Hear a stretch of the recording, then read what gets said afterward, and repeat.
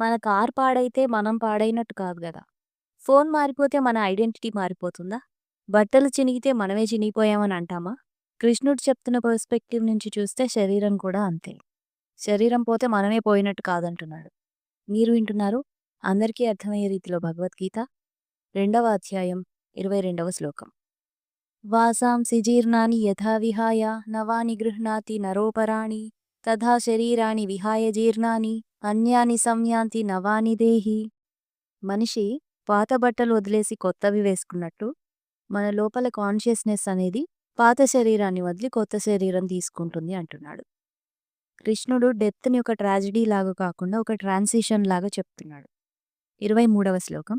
నైనం చిందంతి శస్త్రాని నైనం దహతి పావకః నచైనం క్లేదయంత్యాపో నశోషయతి మారుతః. మన ఉనికిని కత్తులు కోయలేవు, అగ్ని కాల్చలేదు, నీరు తడపలేదు, గాలి ఎండబెట్టను లేదు. నేచర్లో ఏ శక్తికి కూడా చైతన్యాన్ని డిస్ట్రాయ్ చేసే పవర్ లేదంటున్నాడు. బయటి ప్రపంచాన్ని తాకలేని స్థితి అన్నమాట. 24వ శ్లోకం. అచ్చేద్యోయం అదాహ్యోహం అక్లేద్యోషోషయేవచ నిత్యః సర్వగతస్థానుః అచలోయం సనాతనః. ఆ ఉనికి అనేది కోయలేనిది, కాల్చలేనిది, తడవలేనిది, ఎండబెట్టను లేనిది. అది ఎప్పుడూ ఉంటుంది, అన్ని చోట్ల ఉంటుంది, స్థిరంగా ఉంటుంది, శాశ్వతంగా ఉంటుంది. లైఫ్‌లో అన్నీ మారిపోతాయి, అన్నీ చేంజ్ అవుతాయి. కానీ బేస్ రియాలిటీ మాత్రం అసలు చేంజ్ అయ్యేదే కాదంటున్నాడు.